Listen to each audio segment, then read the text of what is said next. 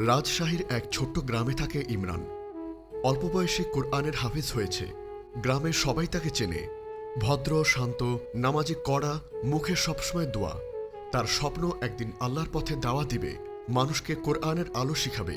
একদিন তার এলাকায় একটি ইসলামী অনুষ্ঠান হলো। সেখানে পাশের গ্রাম থেকে মেয়েদেরও আসার অনুমতি দেওয়া হয়েছিল।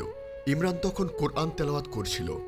সেই সময় একটি মেয়ে, যার নাম হুরাইয়া, মাথায় পরিপূর্ণ হিজাব, চোখ নামানো, কেবল কোরআনের শব্দে কান পেতেছিল। ইমরানের তেলাওয়াত শুনে তার চোখে জল এসে গেল।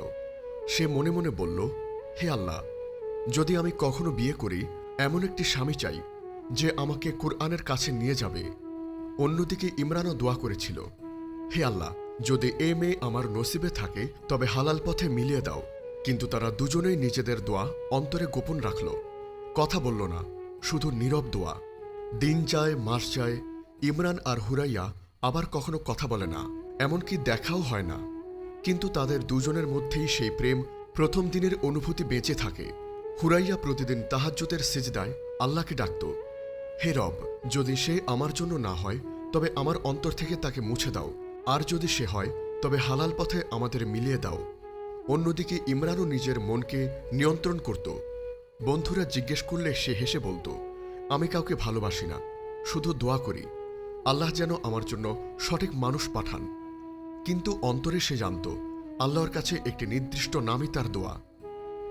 বছরখানেক পর ইমরানের মা বললেন, বাবা, তোমার বয়স হয়েছে, আমরা চাই তুমি সংসার শুরু করো। ইমরান মৃদু হেসে বলল, আম্মা, আমি রাজি, তবে আমি চাই আমার স্ত্রী যেন দিনদার হয়। চেহারার সৌন্দর্য বা সম্পদ নয়, কেবল চরিত্র আর ঈমান। অন্যদিকে হুরাইয়ার পরিবারও প্রস্তাব দিতে লাগল। ধনী পরিবার থেকে, বড় চাকুরের লোক থেকে প্রস্তাব আসছিল, কিন্তু হুরাইয়ার মন রাজি হচ্ছিল না। সে বাবাকে বলল, আব্বা, আমি শুধু চাই এমন একজন স্বামী যে আমার ঈমান রক্ষা করবে।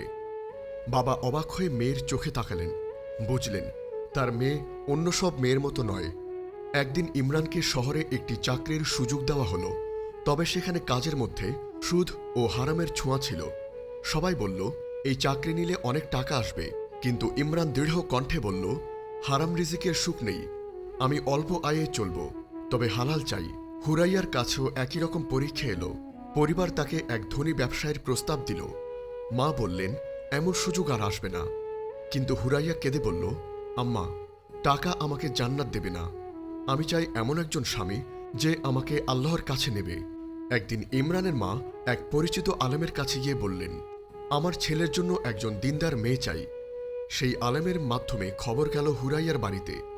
প্রস্তাব শোনার পর হুরাইয়ার বাবা একটু ভেবে বললেন, ছেলেটা ধনী নয়, তবে তার ঈমানের কথা শুনেছি, যদি আমার মেয়ে রাজি হয় আমি আপত্তি করব না।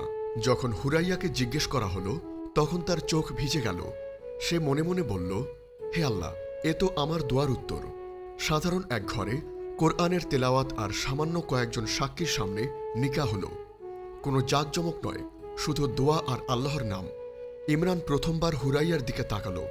সে বলল, আজ থেকে তুমি আমার জান্নাতের অর্ধেক। চলো, একে অপরে হারামের পথে নয়, জান্নাতের পথে টেনে নিয়ে যাই। হুরাইয়া চোখ নামিয়ে উত্তর দিল, আমার সব দোয়া আজ কবুল হলো। সংসারের শুরুটা ছিল কষ্টের। টাকা কম, দায়িত্ব অনেক বেশি, কিন্তু প্রতিটি কষ্টে তারা একে অপরকে বলতো, ধৈর্য ধরো, জান্নাত আমাদের অপেক্ষায় আছে। ভোরে ফজরের পর দুজন একসাথে কোরআন পড়ত, রাতে তাহাজ্জুদে উঠত। হুরাইয়া মাঝে মাঝে বলতো, আমি কষ্ট পাই না, কারণ তুমি আমার পাশে আছো। ইমরান উত্তর দিত, তুমি আমার দোয়ার প্রতিদান। নিকাহের পর নতুন জীবন শুরু। ইমরানের আয় খুবই কম ছিল। সে মাদ্রাসায় শিক্ষকতা করত। অনেক সময় সংসারের খরচ চালাতে কষ্ট হতো, কিন্তু হুরাইয়া কখনো অভিযোগ করত না। সে হাসিমুখে বলতো, কম আয়ে চলব, শুধু যেন হালাল হয়। আল্লাহর সন্তুষ্টি থাকলেই সুখ। রাতে তারা একসাথে বসে নামাজ পড়ত, দোয়া করত। কষ্টের মাঝেও তাদের মধ্যে ছিল প্রশান্তি। ইমরান মাঝে মাঝে বলতো, তুমি না থাকলে হয়তো আমি ভেঙে পড়তাম। হুরাইয়া চোখ ভিজে উত্তর দিত, আমি তো শুধু তোমার নয়, তোমার ঈমানের সাথী। তাদের চারপাশের মানুষ অনেক সময় তিরস্কার করত। কেউ কেউ বলতো, এই ছেলেটার আয়ে কেমন করে সংসার চলবে। আবার কেউ কেউ বলতো, মেয়েটাকে ধনীবাড়ির প্রস্তাব ফিরিয়ে দিয়ে এখন কষ্ট পাচ্ছে না? হুরাইয়া এসব কথা শুনে কখনোই হতাশ হতো না। সে ইমরানকে বলতো, মানুষের কথা নিয়ে ভেবো না, তারা দুনিয়ার কথা ভাবে, কিন্তু আমরা আখিরাতের কথা ভাবি। একদিন ইমরানকে বড় এক চাকরির প্রস্তাব দেওয়া হলো, কিন্তু সেখানে সুদ ও হারামের লেনদেন ছিল। পরিবারের সবাই চাপ দিল, এই চাকরি নিলে তুমি ধনী হবে, সংসারের কষ্টও যাবে। ইমরান দীর্ঘশ্বাস ফেলে হুরাইয়াকে বলল, কি করব? সবার চাপ। হুরাইয়া দৃঢ় কণ্ঠে বলল, হারাম রিজিক চাই না, অল্প আয় চলবে, কিন্তু আল্লাহর অসন্তুষ্টি নিয়ে সুখে থাকা যাবে না। ইমরান কেঁদে ফেলল, বলল, তুমি আমার ইমানের শক্তি। কয়েক বছর পর তাদের ঘর আলো করে এলো প্রথম সন্তান, এক কন্যা শিশু। ইমরান আজান দিল তার কানে। হুরাইয়ার চোখ ভিজে গেল। সে বলল, আমরা চাই আমাদের মেয়ে যেন দিনদার হয়। সন্তান আসার পর সংসারের কষ্ট আরো বেড়ে গেল, কিন্তু সেই কষ্টের মধ্যেও তারা আল্লাহর উপর ভরসা রাখল। প্রতিটি নামাজের পর তারা একসাথে দোয়া করত, হে আল্লাহ, আমাদের সন্তানকে দিনের পথে রাখুন। ইমরান শিক্ষকতা চালিয়ে যাচ্ছিল। ধীরে ধীরে তার কোরআনের তিলাওয়াত ও খুতবা মানুষের হৃদয়ে ছুঁতে লাগল। লোকজন তাকে সম্মান দিতে শুরু করল। অন্যদিকে হুরাইয়াও এলাকার ছোট ছোট মেয়েদের জন্য কোরআন শেখার ক্লাস শুরু করল। দুজনে মিলে একসাথে দাওয়াহের কাজ শুরু করল। তাদের জীবন ধনী হল না, কিন্তু বরকতে ভরে উঠল। একদিন তার মেয়ে অসুস্থ হয়ে পড়ল। অনেক টাকা দরকার ছিল চিকিৎসার জন্য। ইমরান প্রায় ভেঙে পড়ল। তখন এক আত্মীয় এসে বলল, আমার কাছে টাকা আছে, তবে সুদের লেনদেনের শর্ত নিতে হবে। ইমরান চুপ হয়ে গেল। হুরাইয়া তার হাত ধরে বলল, না, আমরা কখনো হারামের পথে যাব না, আল্লাহর উপর ভরসা রাখো।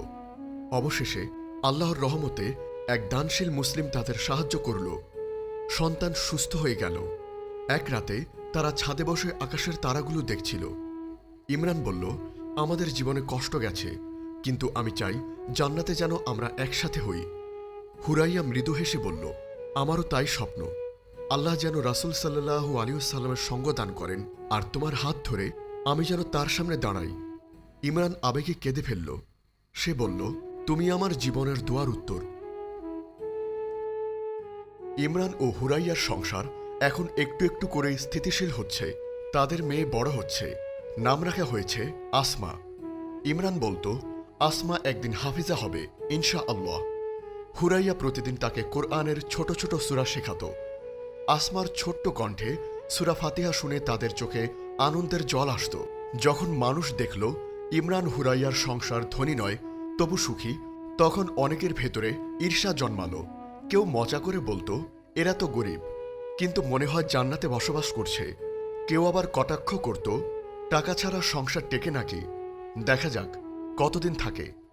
ইমরান এসব শুনে কষ্ট পেলেও হুরাইয়া তাকে বলতো, মানুষের জিহ্বা থামানো যায় না, আমরা শুধু আল্লাহকে রাজি করাই। একদিন শহরের এক বড় ইসলামী প্রতিষ্ঠানের পক্ষ থেকে ইমরানকে দাওয়াহের জন্য ডাকা হলো। সে দ্বিধায় পড়ল, সংসার, মাদ্রাসা আর এ দায়িত্ব কি একসাথে সামলাতে পারবে? হুরাইয়া বলল, যাও, এটা আল্লাহর কাজ, সংসারের কষ্ট আমি সামলে নেব, তুমি শুধু দিনের পথে থেকো।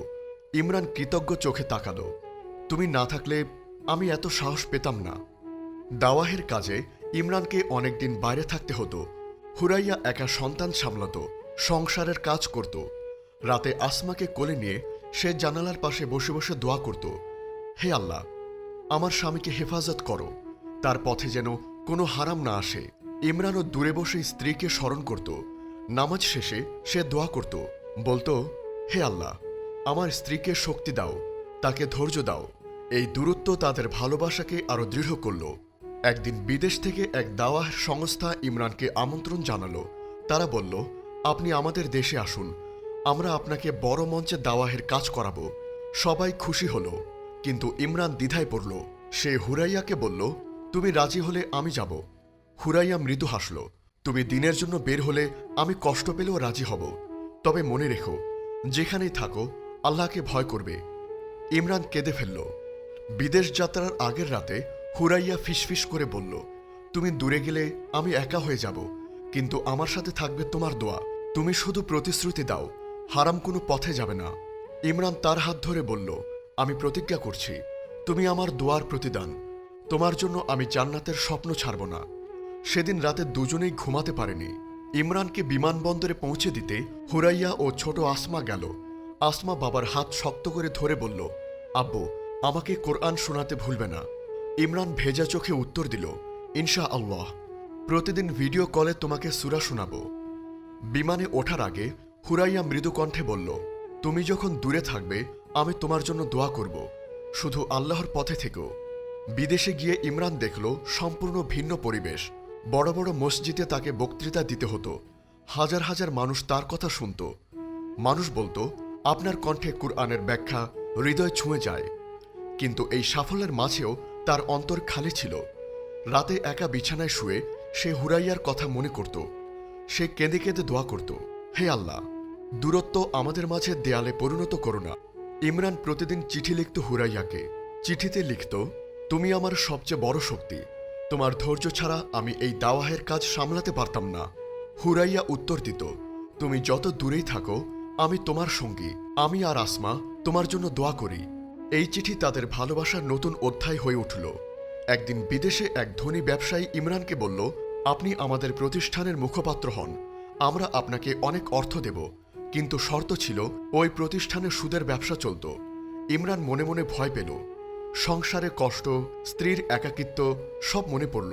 কিন্তু হঠাৎ হুরাইয়ার মুখ মনে পড়ল। সে বলল, দুঃখিত, আমি এমন কাজে রাজি নই যেখানে আল্লাহ অসন্তুষ্ট। সে রাতে হুরাইয়াকে লিখল, তোমার কথাই আমাকে বাঁচিয়েছে, আমি হারামের কাছে মাথা নত করিনি। আস্তে আস্তে আসমা বড় হয়ে গেছে, প্রতিদিন মায়ের কাছে কোরআন শিখে। একদিন সে মায়ের কাছে বলল, আমার আব্বু কবে ফিরবে? হুরাইয়া চোখের পানি মুছে উত্তর দিল, আল্লাহ যখন চাইবেন তখন। আসমা সেজদায় গিয়ে দোয়া করল, হে আল্লাহ, আমার আব্বুকে ফিরিয়ে আনো। কয়েক বছর পর বিদেশে থাকার পর ইমরান দেশে ফিরে এলো। আসমা দৌড়ে গিয়ে বাবাকে জড়িয়ে ধরল। হুরাইয়ার চোখ ভিজে গেল।